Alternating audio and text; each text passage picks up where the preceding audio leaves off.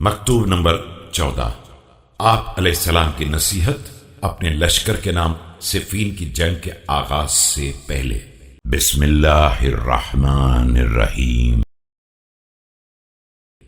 لا تقاتلوهم حتى يبدؤوكم فإنكم بحمد الله على حجة وترككم إياهم حتى يبدؤوكم حجة أخرى لكم عليهم فإذا كانت الهزيمة بإذن الله فلا تقتلوا مدبرا۔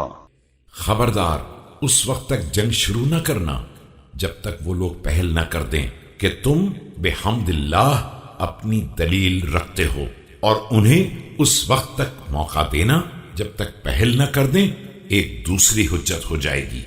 اس کے بعد جب حکم خدا سے دشمن کو شکست ہو جائے تو کسی بھاگنے والے کو قتل نہ کرنا۔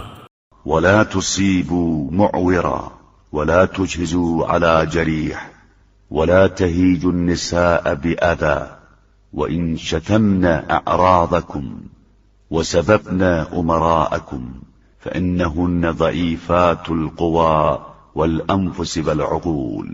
اور کسی عاجز کو ہلاک نہ کرنا، اور کسی زخمی پر قاتلانہ حملہ نہ کرنا، اور عورتوں کو اذیت مت دینا چاہے وہ تمہیں گالیاں ہی کیوں نہ دیں، اور تمہارے حکام کو برا بھلا ہی کیوں نہ کہیں کہ یہ قوت نفس اور عقل کے اعتبار سے کمزور ہیں۔ إن كنا لنؤمر بالكف عنهن وإنهن لمشركات وإن كان الرجل ليتناول امرأة في الجاهلية بالفحر أو الهراوة فيعير بها وأقبه من بعده۔ اور ہم پیغمبر صلی اللہ علیہ وآلہ وسلم کے زمانے میں بھی ان کے بارے میں ہاتھ روک لینے پر مامور تھے جبکہ وہ مشرک تھیں، اور اس وقت بھی اگر کوئی شخص عورتوں سے پتھر یا لکڑی کے ذریعے تعرض کرتا تھا تو اسے اور اس کی نسلوں کو مطعون کیا جاتا تھا۔